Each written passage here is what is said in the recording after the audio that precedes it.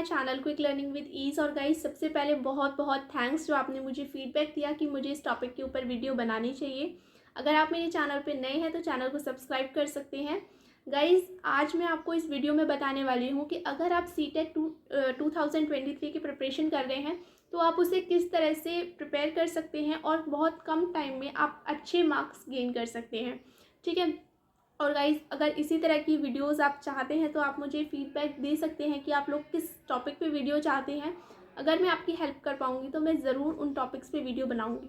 ठीक है। तो आज हम इस वीडियो में बात करने वाले हैं कि अगर आप सीटेट देने वाले हैं, नए नए हैं अभी, और इस बार आप पहली बार सीटेट देंगे तो आपको अपनी प्रिपरेशन कहाँ से स्टार्ट करनी चाहिए।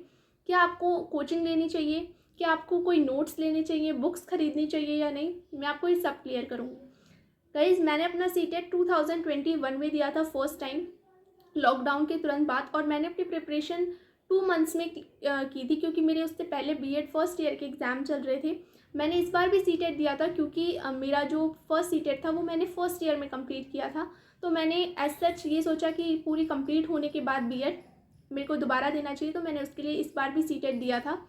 मैंने प्रिपरेशन फर्स्ट टाइम अपनी कैसे की थी और मैंने क्या क्या चीज़ें यूज़ की थी, मैंने कौन कौन से चैनल ज्वाइन किए थे जिन्होंने मुझे हेल्प की थी, मैं आपको साथ वो सब कुछ शेयर करूँगी।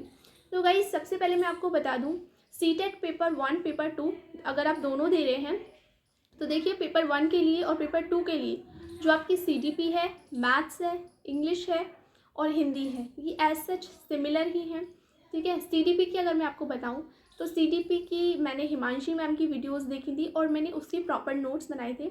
मैं ये चीज़ आपको भी सजेस्ट करूँगी, अगर आप सीडीपी की जो सीडीपी पढ़ रहे हैं अभी सीटेट के लिए, आप इसके प्रॉपर नोट्स ज़रूर बनाएं क्योंकि ये आपको आगे चल के हर एक टीचिंग एग्ज़ाम में हेल्प करने वाले हैं। अभी रिसेंटली मैंने केवीएस का एग्ज़ाम दिया था, टीजीटी और पीआरटी दोनों का, तो मुझे उन नोट्स ने बहुत ज़्यादा हेल्प किया। मुझे दोबारा नोट्स नहीं बनाने पड़े, दोबारा मुझे कोई वीडियोस नहीं देखनी पड़ी, मैंने अपने नोट्स से ही सारी थ्योरीज़ को कवर कर लिया और जो भी आगे का था फिर मैंने उसके ही नोट्स बनाए। तो आप भी अपनी प्रिपरेशन के दौरान ये याद रखिएगा कि अगर आप सीटीपी पढ़ रहे हैं तो आप उसके प्रॉपर नोट्स बनाते हुए चलें।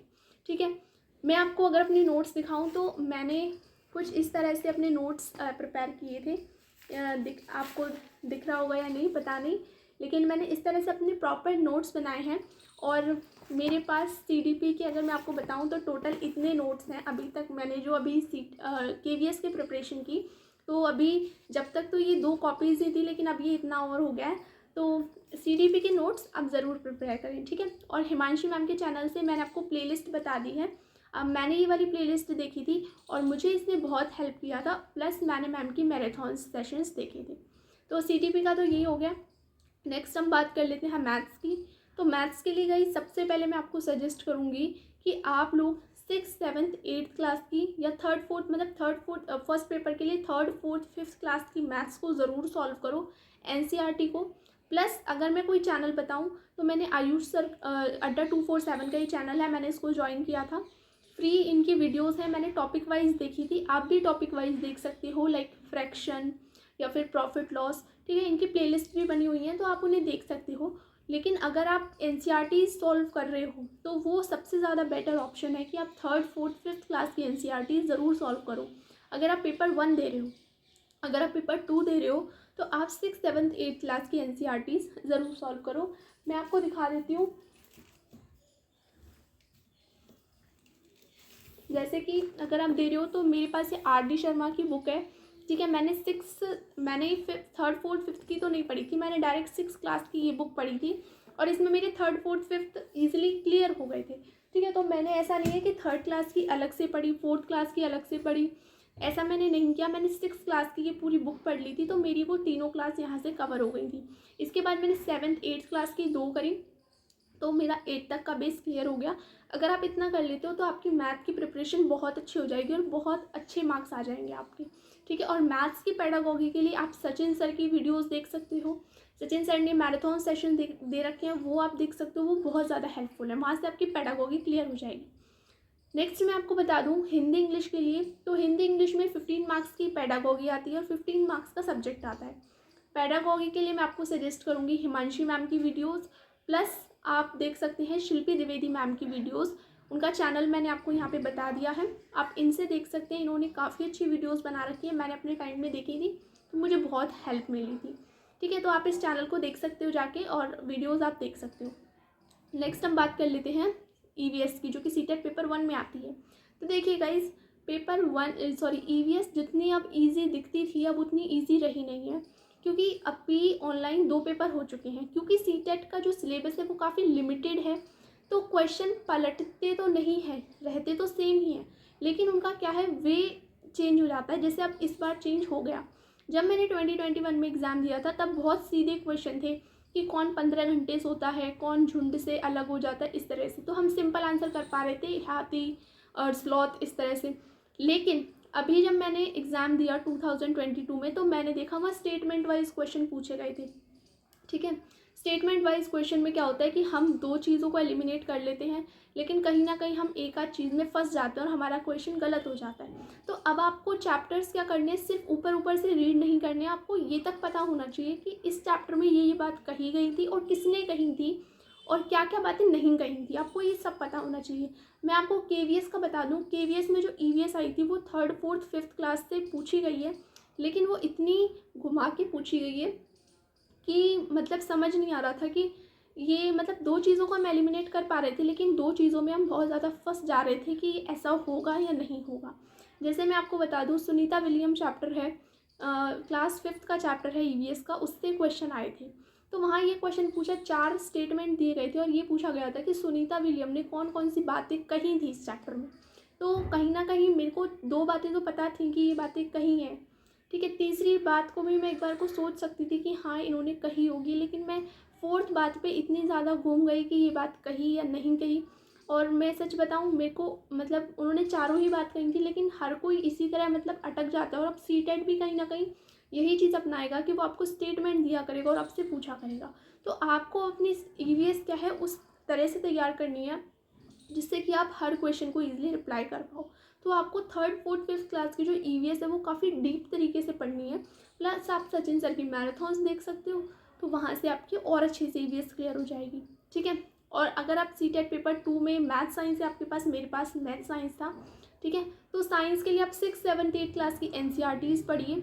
मैं आपको कोई चैनल सजेस्ट नहीं करूँगी कि आप इसके लिए ये चैनल देखिए, क्योंकि मैंने सिर्फ और सिर्फ एनसीईआरटीज़ पढ़ी थी और खुद से पढ़ी थी। ठीक है, आप जितना उनको बार बार चैप्टर को पढ़ोगे, आप नोट्स बना लो उनके, क्योंकि आपको जो साइंस है वो आपको आगे चल के हेल्प करेगी। जैसे कि मैंने आपको सीडीपी के नोट्स बताए, आप अपने साइंस के भी नोट्स ज़रूर बनाओ, क्योंकि साइंस आपको हर एक एग्ज़ाम में देखने को मिलती है। तो आप 6th 7th 8th क्लास की बुक्स एनसीईआरटी पढ़िए और उसके नोट्स बना लीजिए और बस उन्हीं को प्रिपेयर करते रहिए, आपके क्वेश्चन ईजिली बन जाएंगे। ठीक है, कहीं भी आप मतलब ज़्यादा ऑनलाइन टाइम वेस्ट मत कीजिए। ठीक है, आपको जो देखना है आप उतना देखिए और अपना रिवीजन ज़्यादा से ज़्यादा कीजिए। तो बहुत सारे स्टूडेंट्स ऐसे होते हैं जिनका 1 नंबर से 2 नंबर से कभी कभी रह जाता है सीटेट। एज सच ये कोई बहुत बड़ा एग्ज़ाम नहीं है या फिर बहुत ज़्यादा टफ भी नहीं है, लेकिन फिर भी कभी कभी हमारा 1 मार्क्स से या फिर इस तरह रह जाता है। तो आपका वो एग्ज़ाम ना रहे और आप एक बार में उसे क्लियर कर जाओ, तो आप अपनी प्रिपरेशन उसी वे में करो, इधर उधर ना भटक के, ज़्यादा चीज़ों को ना पढ़ के। बहुत सारे स्टूडेंट्स क्या करते हैं कि सीटेट के लिए हिंदी के लिए हिंदी ग्रामर पढ़ने लग जाते हैं, इंग्लिश के लिए पूरी इंग्लिश ग्रामर पढ़ते हैं। तो मैं आपको बता दूं कि सीटेट की जो हिंदी इंग्लिश के जो एग्ज़ाम आते हैं उसमें एज सच ग्रामर आती है सिर्फ पैसेज में आपसे पूछ लिया जाता है कि इसमें एडजेक्टिव छांटो, इसमें नाउन छांटो, वैसी कोई ग्रामर नहीं आती और 15 नंबर की पेडागोगी आती है। तो आप बहुत ज़्यादा वास्ट करके सीटेट को ना पढ़ें, आप मिनिमम प्रिपरेशन में ही बहुत अच्छे मार्क्स से क्लियर कर सकते हैं।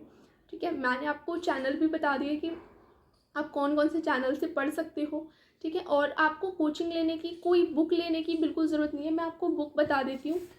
मैंने अपने टाइम में एक बुक ली थी जो कि सीटेट की, अभी यहाँ पे है नहीं है वो बुक, सीटेट की 6th to 8th क्लास की मैंने सॉल्व पेपर लिए थे, तो वो मुझे इतने हेल्पफुल नहीं लगे। इससे बेटर है कि आप लोग मॉक टेस्ट लगाओ, क्योंकि वहाँ पे स्क्रीन पे पेपर होता है तो आपको स्क्रीन की हैबिट होनी चाहिए। तो आप अपने मॉक टेस्ट ऑनलाइन दो, जिससे आपकी प्रिपरेशन और अच्छी हो जाएगी ऑफलाइन के बजाय।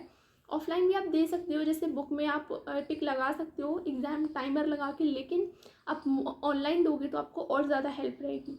आई होप अगर आप अपने भी प्रिपरेशन स्टार्ट की होगी तो आपको एक वे मिला होगा ठीक है, और आपको ये वीडियो हेल्पफुल लगी होगी। अगर आप और किसी टॉपिक पे मुझसे वीडियो चाहते हैं कि मैंने अभी रिसेंट KVS की प्रिपरेशन किस तरह की थी और मैंने क्या क्या पढ़ा, और मैंने अब गवर्नमेंट एग्ज़ाम की तैयारी के लिए मैं क्या क्या पढ़ रही हूँ, मैं सुपर टेट की भी तैयारी कर रही हूँ, तो आप मुझे कमेंट कर सकते हैं। और अगर आपको वीडियो हेल्पफुल लगा हो तो चैनल को लाइक करें, शेयर करें और सब्सक्राइब करें।